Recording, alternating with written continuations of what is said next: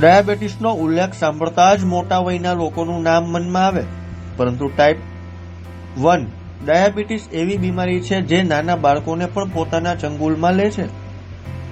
રાજકોટમાં એવી જ નિર્દોષ આંખોમાં ઉગેલા દર્દને એક પિતાએ સેવા રૂપે પરિવર્તિત કર્યું.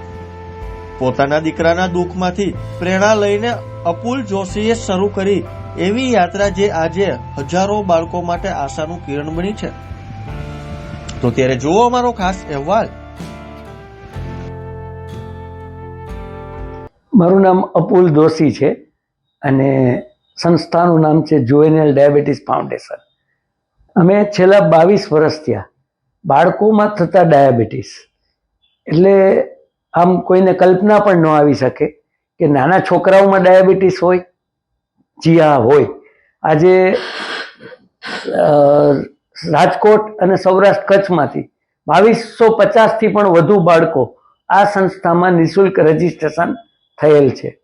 આજે અમારે નાનામાં નાના બાળકની જો વાત કરું તો 8 મહિનાનું નાનામાં નાના બાળકને ડાયાબિટીસ છે અને કરવા પાછળનો પણ હેતુ, આજે 22 વર્ષ પહેલા મારા દીકરાને ટાઈપ 1 ડાયાબિટીસ ડિટેક્ટ થયેલ હતું.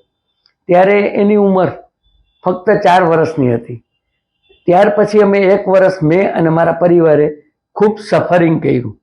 એના પછી મને એવું જોતા થયું કે આ દુનિયામાં મારો એક તો દીકરો આવો નહીં હોય કે અમારો એક પરિવાર તો આવો ડાયાબિટીસ વાળો નહીં હોય.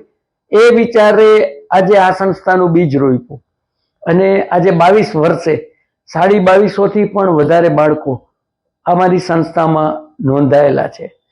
જો એની ટ્રીટમેન્ટની વાત કરું તો દિવસમાં 3 થી 5 વખત ઇન્જેક્ટેબલ ઇન્સ્યુલિન લેવા પડે અને 3 થી 5 વખત એને સુગર ચેક કરવું પડતું હોય છે. જે એટલે દિવસ દરમિયાન અમારા બાળકોને 8 થી 10 વખત સોયથી પ્રિક કરવું પડતું હોય છે.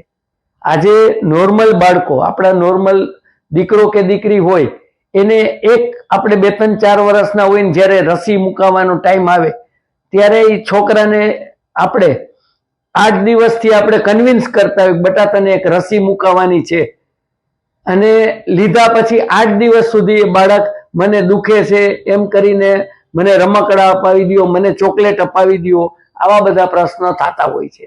તો અમારા બાળકોએ દિવસ દરમિયાન 8 થી 10 વખત ઇન્જેક્ટેબલ ઇન્સ્યુલિન લેવું પડતું હોય છે. એટલે આ એક અતિશય પીડાદાયક અને અતિશય ખર્ચાળ રોગ છે. આમ છતાં પણ જો અનકન્ટ્રોલ ડાયાબિટીસ રહે તો આંખ અને કિડની ઉપર આની સીધી અસર પડતી હોય છે. તો આના માટે અમારે વર્ષ દરમિયાન અમે 5 થી 6 camp, educational camp, motivational camp, આંખ અને દાંતનો checkup camp, kidney awareness camp, કિડનીનો ટેસ્ટ, આ બધા રિપોર્ટ અમે 1 વર્ષમાં કરાવતા હોઈએ છીએ.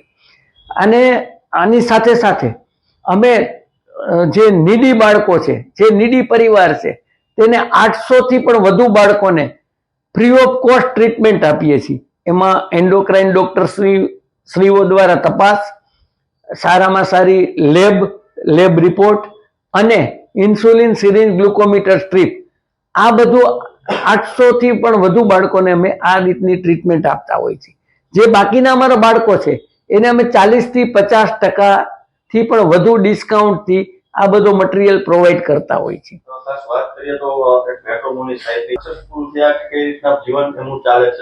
હા ભાઈ, આપની વાત બહુ વ્યાજબી છે. આમાં અમારા બાળકોને આજે સમાજ સ્વીકાર્ય નથી કે અમારા બાળકો ટાઈપ 1 ડાયાબિટીસ વાળો દીકરો કે દીકરી એને નોર્મલ બાળકો કે નોર્મલ દીકરી કે નોર્મલ દીકરો મળવામાં ઘણી બધી તકલીફ પડતી હોય છે. એવો એક વિચાર આવ્યો કે ભાઈ આ બાળકોનું તો શું, આ લોકોને એનો સંસાર તો આગળ ચલાવવાનો જ છે. તો આના માટે મને એક વિચાર આવ્યો કે ભાઈ આપણે એક મેટ્રિમોનિયલ ગ્રુપ ચલાવીએ.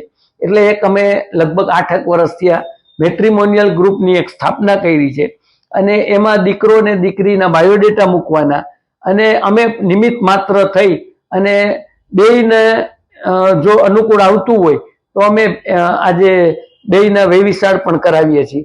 આજે 42 કપલ 84 બાળકોને અમે આમાં જોડવામાં હાથભાગી થયા છીએ અને એ પણ બાળકો બધા વેલ સેટ અને એમને ત્યાં પણ નોર્મલ બાળકો બધા આવેલા છે. એટલે કુદરતનો એમના ઉપર આશીર્વાદ કહેવાય. ખાસ વાત કરીએ વર્લ્ડ ડાયાબિટીસ લોકોને. હા, આજે આવતીકાલે એટલે કે 14 નવેમ્બરે વર્લ્ડ ડાયાબિટીક ડે છે. એના માટે મારે આપ બધાને એક વિનંતી કરવાની છે કે આપણું ભારત આજે ડાયાબિટીસનું પાટનગર થવા જઈ રહ્યું છે. તો આપ બધા ખૂબ સાવચેતી રાખો, અવેર થાઓ.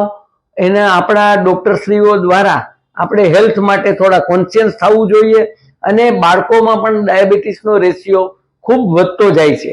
આજે બધા ન્યૂઝપેપરમાં આપણે સોશિયલ મીડિયામાં બધે જોતા હોઈએ છીએ કે બાળકોના ડાયાબિટીસ ખૂબ વધતા જાય છે.